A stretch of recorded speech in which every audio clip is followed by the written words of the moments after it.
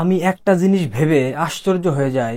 10টা মাস হয়ে গেল সরকার পতনের, কিন্তু আওয়ামী লীগের সিনিয়র নেতাকর্মী যারা আছে, যারা গত 15 বছর লুটপাট করে পকেট ভর্তি করে বিদেশ চলে গেছে, তারা কেউই অনলাইনে অ্যাক্টিভ হয় নাই। ম্যাক্সিমাম শতকরা 90% অনলাইনে ইনঅ্যাক্টিভ। পাশাপাশি তারা যে তাদের দলের তৃণমূলের নেতাকর্মীদের খোঁজ খবর নেবে এই বিষয়ে পুরোপুরি উদাসীন। এভাবে তো একটা সংগঠন আসলে চলতে পারে না। এভাবে কি চলবে সংগঠন? ব্যারিস্টার শেখ ফজলে নূর তাপস 1971 সালের 19 নভেম্বর জন্মগ্রহণ করেন। মুক্তিযুদ্ধের পর বাংলাদেশে যতগুলা গণতান্ত্রিক লড়াই সংগ্রাম সংঘটিত হয়েছে, কোনো লড়াই সংগ্রামে ব্যারিস্টার শেখ ফজলে নূর তাপসের উপস্থিতি বাংলাদেশের মানুষ দেখেনি। তাপস সাহেব লন্ডনের লিঙ্কনস ইন থেকে বার অ্যান্ড ল সম্পন্ন করেন। তিনি একজন স্বনামধন্য ব্যারিস্টার। আর সেই যোগ্যতা বলে মাননীয় তাপস সাহেব ডক্টর মোহাম্মদ ইউনূসের গ্রামীণ ফোনের কিংবা গ্রামীণ ব্যাংকের যে শ্রম আইন লঙ্ঘনের জটিলতা ছিল, সেই জটিলতার যে মামলা ছিল, সেই মামলার সরকারের আইনজীবী হিসাবে অ্যাটর্নি প্যানেলে যুক্ত ছিলেন আমাদের সেই স্বনামধন্য ব্যারিস্টার শেখ ফজলে নূর তাপস। সেজন্য গত কিছুদিন পূর্বে রিফর্ম আওয়ামী লীগের নামে যে একটা কথা প্রচলিত হয়েছিল, একটা কথা শুরু হয়েছিল, সেই কথায় আমরা দেখেছি নারায়ণগঞ্জের মেয়র আইভি এবং ঢাকা দক্ষিণ সিটি কর্পোরেশনের ব্যারিস্টার শেখ ফজলে নূর তাপসের নাম চলে এসেছিল। অর্থাৎ শেখ হাসিনার অবর্তমানে রিফর্ম আওয়ামী লীগে তাদের দুজনকে দিয়ে সংগঠন পরিচালনা করা হবে।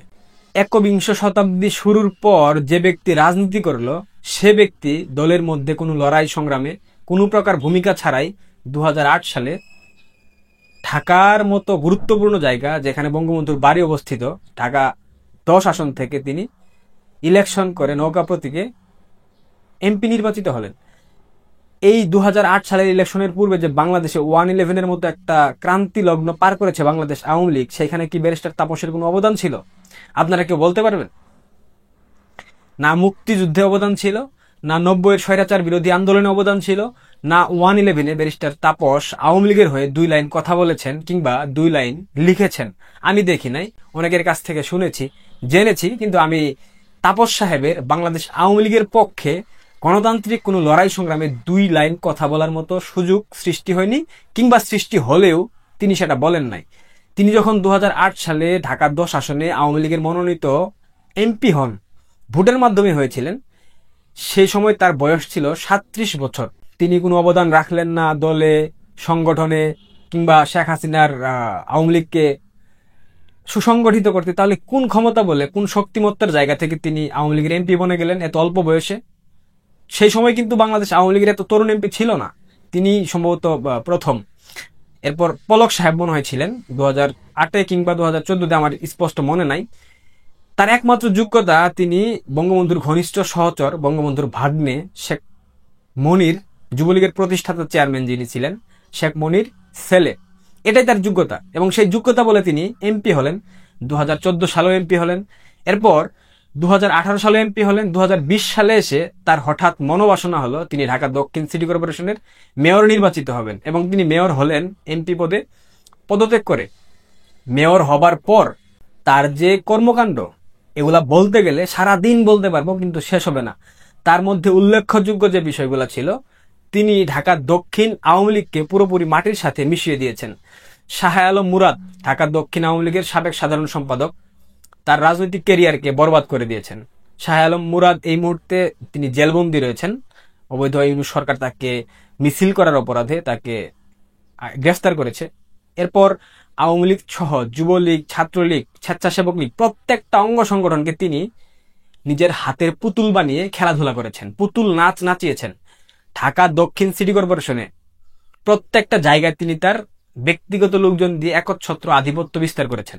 শুধুমাত্র তার মেয়র হওয়ার পথ যেন পরিচ্ছন্ন থাকে, পরিষ্কার থাকে, মসৃণ থাকে, সেই জায়গাটাকে সঠিকভাবে বাস্তবায়ন করার জন্য তিনি সম্রাট সাহেবকে গ্রেফতার করিয়েছিলেন। হ্যাঁ, সম্রাট অনেক অন্যায় করেছিল, বাট দলের জন্য তার যে ডেডিকেশন লেভেল ছিল, সেই ডেডিকেশন লেভেলের জায়গা থেকে তার যে শাস্তি, হাতে শেকল বেরিয়ে পড়িয়ে আওয়ামী লীগ ক্ষমতাকালীন সময়ে তাকে গ্রেফতার করা হয়েছে, এটা আসলে একজন আওয়ামী লীগের কর্মী সমর্থক যারা ছিলেন তারা আসলে কোনোভাবে মেনে নিতে পারেন নাই। তার প্রত্যেকটা অপরাধ আপনারা মাফ করে দেন, প্রত্যেকটা মাফ করে দেন। শুধুমাত্র ঢাকা কলেজ, 2014 সালের পর ঢাকা কলেজে ছাত্রলীগের কোনো কমিটি হয় নাই। এই ছেলে মেয়েগুলা বাংলাদেশের প্রত্যেকটা লড়াই সংগ্রামে, গণতান্ত্রিক আন্দোলনে, এবং কি আওয়ামী লীগের যে সংকটকালীন মুহূর্তগুলো ছিল 2014 সাল, 2018 কোটা সংস্কার আন্দোলন, 2024 তথাকথিত জঙ্গি অভ্যুত্থান, প্রত্যেকটা জায়গায় ঢাকা কলেজের নেতাকর্মীদের যে অবদান ছিল, যে ভূমিকা ছিল, প্রত্যেকটা ভূমিকাকে তিনি বৃদ্ধাঙ্গুলি দেখিয়েছেন শুধুমাত্র তার যে নিউ মার্কেট থানাধীন তার যে ছাত্রলীগের নেতাকর্মী, তার যে আওয়ামী লীগ, তার যে যুবলীগ, তাদের যাতে কোনো প্রকার সমস্যা সৃষ্টি না হয়, ঢাকা কলেজ যেন নিউ মার্কেট এরিয়াতে কোনো প্রকার আধিপত্য বিস্তার না করতে পারে, সেই কথা চিন্তা করে তিনি ঢাকা কলেজের কমিটি করতে দেন নাই। একাধিকবার ছাত্রলীগের প্রেসিডেন্ট সেক্রেটারি তার সাথে কথা বলেছে কমিটি করার জন্য, কিন্তু তারা সেই কমিটি করতে দেয় নাই। কারণ শেখ পরিবারের তো ভাই, বাংলাদেশ আওয়ামী লীগের শেখ পরিবার মানে আপনার 7 খুন মাপ। সারা জীবন থেকেছেন লন্ডনে, পশ্চিমা সংস্কৃতিতে বেড়ে ওঠা একটা মানুষকে হুট করে নিয়ে এসে এমপি বানিয়ে দেওয়া হলো, এমপির পর আবার তাকে বানিয়ে দেওয়া হলো ঢাকার দক্ষিণের মতো গুরুত্বপূর্ণ একটা সিটি কর্পোরেশনের মেয়র। স্বেচ্ছাচারিতা কোন পর্যায়ে গিয়ে ঠেকেছিল বাংলাদেশ আওয়ামী লীগের, সেটা তাপস সাহেবকে দেখলেই বোঝা যায়। তিনি কোন সিনিয়র নেতাকে আমার মনে হয় না সম্মান করেছেন। সবশেষ ছাত্রলীগের দক্ষিণ কমিটিতেও তিনি তার ভাগের একজনকে নেতা বানিয়েছেন। এগুলা তার নিত্যদিনের কর্মকাণ্ড ছিল। এসব বলতে গেলে কোন আওয়ামী লীগের কর্মী সমর্থক যদি ক্ষমতাকালীন সময় বলতো, নিঃসন্দেহে তাকে গ্রেফতার করে আইনের ঝামেলায় ফেলে দেওয়া হতো। সর্বোপরি তার অপকর্ম, অন্যায়ের কথা বলে শেষ করা যাবে না। এরপর তার সহোদর বড় ভাই শেখ ফজলে শামস পরশ, তিনি একজন শিক্ষাবিদ। ঢাকা বিশ্ববিদ্যালয় থেকে তিনি সম্ভবত পড়াশোনা শেষ করেছিলেন। এরপর ব্র্যাক ইউনিভার্সিটিতে তিনি শিক্ষকতা করেছেন। যথেষ্ট সজ্জন ব্যক্তি, যথেষ্ট ভালো মানুষ। কি হলো, তার বাবা শেখ মনি যুবলীগের প্রতিষ্ঠাতা, এই জন্য তাকে জোর করে তুলে নিয়ে এসে যুবলীগের চেয়ারম্যান বানিয়ে দেওয়া হলো। এই যুবলীগের চেয়ারম্যান বানানোর পর যুবলীগটা কোথায় গিয়ে দাঁড়িয়েছে প্রিয় দর্শক, আপনারা নিশ্চয়ই জানেন। এই যুবলীগকে মানবিক যুবলীগ বানাতে গিয়ে যুবলীগের মানে মেরুদণ্ডকে ভেঙে ফেলেছেন। যুবলীগের কয়টা জেলার কিংবা মহানগরের পূর্ণাঙ্গ কমিটি শেখ পরশ সাহেব এবং নিখিল সাহেব দিতে পেরেছেন আপনারা বলতে পারবেন? পারবেন না। সংগঠনকে নিয়ে কিঞ্চিত ভাবনা তাদের মধ্যে ছিল না, যার কারণে 5ই আগস্ট বাংলাদেশে খুব সুন্দরভাবে সম্পন্ন করতে পেরেছে তথাকথিত জঙ্গি গোষ্ঠী। আমাদের জাতীয় ভাবি ছিলেন শেখ পরশ সাহেবের স্ত্রী জুথি ভাবি, তাকে আবার ভাবি না বললে তিনি মাইন্ড করতে পারেন।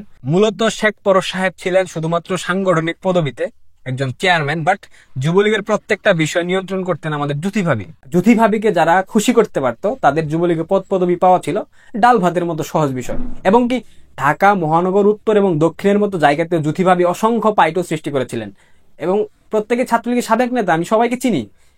এই ছিল জুথি ভাবির কর্মকাণ্ড।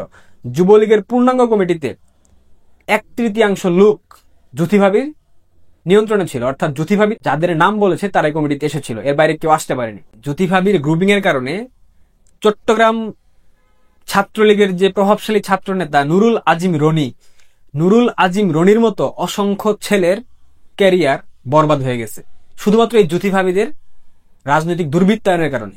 যুবলীগটাকে তো ধ্বংস করেছেনি। এরপর বাংলাদেশের সর্বোচ্চ বিচার ব্যবস্থা সুপ্রিম কোর্ট বার অ্যাসোসিয়েশনের যে নির্বাচন হয়, তিনি সাধারণ সম্পাদক পদপ্রার্থী ছিলেন, ওইখানেও তিনি সর্বোচ্চ বিতর্কিত করেছেন। তিনি সাধারণ সম্পাদক হবার পর ভোট যখন শেষ হয়ে যায়, ভোট গণনা নিয়ে একটা বিশৃঙ্খলা হয়েছিল। এর পরবর্তীতে সেই সংঘর্ষের সময় একজন অ্যাটর্নি জেনারেল আহত হয়েছিলেন। পরবর্তীতে 20 জনের নামে মামলা হয়েছিল, সেখানে জুথি ভাবির চেলাবেলারাও ছিল এবং জুথি ভাবি নিজেও ছিলেন। হাইকোর্ট অবশ্য জুথি ভাবিকে জামিন দিয়েছিল। এই যে জাস্ট আমি সারাংশটুকু বললাম, আমি কিন্তু শেখ পরশ সাহেবকে বিতর্কিত করছি না। উনি যথেষ্ট সজ্জন ব্যক্তি, ভালো মানুষ, শিক্ষিত মানুষ। উনি একজন শিক্ষাবিদ। যুবলীগকে একটা নিয়ন্ত্রণ থেকে বের করে নিয়ে আসার জন্য উনি যুবলীগের প্রতিষ্ঠাতার ছেলে সন্তান হওয়ার কারণে তাকে যুবলীগের চেয়ারম্যান বানিয়ে দেওয়া হয়। কিন্তু তিনি কি একদিনও রাজনীতি করেছেন? তিনি কি কখনো জয় বাংলা জয় বঙ্গবন্ধু স্লোগান দিয়েছিলেন? প্রিয় দর্শক, আপনাদের কাছে আমার প্রশ্ন, শেখ ফজলে শামস পরশ এবং শেখ ফজলে নূর তাপস, তারা কি তাদের পদবিতে প্রবেশ করার পূর্বে কোনোদিনও জয় বাংলা জয় বঙ্গবন্ধু স্লোগান দিয়েছিলেন? একটা সিঙ্গেল ভিডিও আমাকে দেখাইতে পারবেন যে শেখ তাপস 2008 সালের পূর্বে কোথাও কোনো জয় বাংলা স্লোগান দিয়েছে? শেখ পরশ তাকে যুবলীগের চেয়ারম্যান নির্বাচিত করার পূর্বে তিনি কোথাও জয় বাংলা জয় বঙ্গবন্ধু স্লোগান দিয়েছে? তিনি হাফ প্যান্ট পরে ধানমন্ডি লেকে কুকুর নিয়ে হাঁটতেন, তাকে বানিয়ে দেওয়া হয়েছে যুবলীগের মতো একটা বৃহৎ সংগঠনের চেয়ারম্যান, যার কারণে পুরো দেশব্যাপী যুবলীগকে মানবিক সাজাতে গিয়ে যুবলীগের মেরুদণ্ড ভেঙে দেওয়া হয়েছে। হাতে গোনা 10টা জেলা কিংবা মহানগরের কমিটিও পূর্ণাঙ্গ তারা করতে পারেনি। এই যে সামষ্টিক ব্যর্থতা, সর্বোপরি ব্যর্থতা, এই ব্যর্থতার কারণেই বাংলাদেশ আওয়ামী লীগ ডুবেছে। এদের কারণে ডুবেছে। এই ডালপালা লতাপাতা যারা শেখ ছিল, এই শেখেদের কারণেই বাংলাদেশ আওয়ামী লীগ ডুবেছে। এই তথাকথিত ক্রিমখুর শেখেরা বাংলাদেশ আওয়ামী লীগকে বানিয়েছিল পুঁজিবাদী কর্পোরেটদের দল। এখানে মুজিববাদের শিক্ষা দেওয়া হতো না, এখানে শিক্ষা দেওয়া হতো পুঁজিবাদের। পুঁজিবাদের শিক্ষা যখন আপনি একটা গণতান্ত্রিক রাজনৈতিক দলে দেবেন, তখন সেই দল কোথায় গিয়ে দাঁড়াবে সেটা এখন দেখতে পাচ্ছেন। আমি কথাগুলো বলতাম না, কথাগুলো বলার একমাত্র কারণ হলো 5ই আগস্টের পর থেকে তারা 5ই আগস্টের পূর্বে দেশ ত্যাগ করেছেন, দেশের বাইরে নিরাপদ স্থানে রয়েছেন, কিন্তু কেউ আওয়ামী লীগের পক্ষে দুইটা লাইন তাদের সামাজিক যোগাযোগ মাধ্যমে বলেন নাই। অথচ যারা দেশের মধ্যে নির্যাতন নিপীড়ন সহ্য করেছে, যাদের মধ্যে কোনো প্রকার লোভ নাই, নির্লোভ কর্মী, একদম তৃণমূলের ছাপোষা কর্মী, তারা কিন্তু আওয়ামী লীগকে টিকিয়ে রেখেছে। অথচ এই ক্রিমখুরেরা এখনো ভাবছে শেখ হাসিনা আসবেন, সব ঠিক করে দেবেন, তারা আবার ক্ষমতার মসনদে বসে আবারও তৃণমূলের কর্মীদের উপর স্ট্রিম রুলার চালাবেন। সেদিন কি আদৌ বাংলাদেশ আওয়ামী লীগ আবার ফিরিয়ে আনবে? আওয়ামী লীগ কি সেদিন ফিরিয়ে আনতে চায়? আমি স্পষ্টভাবে বলে দিই, বাংলাদেশ আওয়ামী লীগে শেখ পরিবার একটা ফ্যাক্ট, কিন্তু শেখ পরিবার হচ্ছে শেখ হাসিনা, শেখ রেহানা, সজীব ওয়াজেদ জয়, ববি, টিউলিপ, পুতুল। এর বাইরে আমি কাউকে শেখ মনে করি না, কারণ এর বাইরে যেগুলো আছে সব ডালপালা, সবই ডালপালা। হ্যাঁ, শেখ রাসেল, শেখ কামাল বেঁচে থাকলে সেটা ভিন্ন প্রসঙ্গ হতো, বাট শেখ হাসিনার পরিবারের বাইরে যে ডালপালাগুলা শেখ, যারা বরিশাল নিয়ন্ত্রণ করে, চট্টগ্রাম নিয়ন্ত্রণ করে, সিলেট নিয়ন্ত্রণ করে, দক্ষিণবঙ্গ নিয়ন্ত্রণ করে, অর্থাৎ খুলনা, বাগেরহাট, এদেরকে আপনারা কোনোভাবেই পিওর শেখ বলতে পারবেন না, কারণ এই ডালপালা শেখেদের কারণে শেখ হাসিনাকে নির্বাসনে যেতে হয়েছে ইন্ডিয়া। অন্যথায় শেখ হাসিনাকে চাইতে হতো না। শেখ হাসিনার কোনো দুর্নীতি কিন্তু বর্তমান সরকার প্রকাশ করতে পারেনি। তাহলে দুর্নীতি করেছে কে? বাংলাদেশ আওয়ামী লীগের বিরুদ্ধে যে একটা অভিযোগ আনা হয়, দুর্বৃত্তায়নের রাজনীতি, দুর্নীতির রাজনীতি, অর্থ পাচারের রাজনীতি, শেখ হাসিনা কি 1 টাকার অর্থ পাচার করেছে? করে নাই। তাহলে কেন এই ডালপালা শেখদের জন্য আওয়ামী লীগের তৃণমূল ভুক্তভোগী হবে? কেন হবে মাননীয় প্রধানমন্ত্রী শেখ হাসিনা তিনি ভুক্তভোগী হবেন? কোনো প্রশ্নই আসে না। তো এই দুই ডালপালা শেখ, তাদের রাজনীতি ছিল তাদের কাছে মামা বাড়ির আবদার, শেখ হাসিনার কাছে গিয়ে আবদার করতো, শেখ হাসিনা দিয়ে দিতেন। ওই যে অনুভূতির জায়গা, শেখ মনি 15ই আগস্ট বঙ্গবন্ধুর সাথে একই সাথে শাহাদাত বরণ করেছে। তো এইসব শেখেদের কারণে আপনি তৃণমূলকে উপেক্ষা করে এসব শেখেদের যদি আবার সুযোগ দেওয়া হয়, পুনরায় এদের বন্দোবস্ত করা হয়, তবে আওয়ামী লীগ আর ঘুরে না দাঁড়াক আমি চাই। কারণ যারা দুর্বৃত্তায়নের সাথে সম্পৃক্ত ছিল, জড়িত ছিল, যারা দুর্বৃত্তায়ন করেছে, প্রত্যক্ষ হোক কিংবা পরোক্ষভাবে হোক, তাদেরকে কোনোভাবে রাজনীতিতে প্রশ্রয় দেওয়া যাবে না। হ্যাঁ, তারা যদি দায় স্বীকার করে, ভুল স্বীকার করে, ক্ষমা চায় তৃণমূলের কাছে, হাত জোর করে ক্ষমা চেয়ে যদি ফেরত আসতে পারে শুধরিয়ে, সেক্ষেত্রে তাদেরকে গ্রহণ করা পসিবল। অন্যথায় কথা বলবেন না, দায়িত্ব নেবেন না, তৃণমূল মরে পচে গলে গন্ধ বেরোবে, কথা বলবেন না, অর্থনৈতিক সহায়তা করবেন না, আইনি সহায়তা দেবেন না, অথচ সুযোগ বুঝে ঝুপ বুঝে কূপ মারবেন, সব কি মামার বাড়ি আবদার? এত সহজ? প্রিয় দর্শক, আপনারা অনেকে আমাকে গালি দিবেন, যারা শেখপন্থী রয়েছে, ডালপালা শেখেদের পন্থী বা তাদের ঘনিষ্ঠজন, তারা আমাকে গালি দেবেন, আমি জানি, দিতে পারেন, কোনো সমস্যা নেই, বাট সত্য কথা বলার এটাই সময়। অনেকেই বলেন এখন ঐক্যের সময়। ভুল ধারণা ভাই, এখন হচ্ছে আগাছা নির্মূলের সময়। বাংলাদেশ আওয়ামী লীগ যে পরিস্থিতির মধ্যে দিয়ে যাচ্ছে, এখন হচ্ছে আগাছা নির্মূলের সময়। প্রথমত আগাছাকে নির্মূল করা হবে পুরোপুরি, শেকড় সহ। এরপর ঐক্যের মাধ্যমে বাংলাদেশ আওয়ামী লীগ আবারও রাজনীতিতে ফিরে আসবে। ভালো থাকবেন, ধন্যবাদ।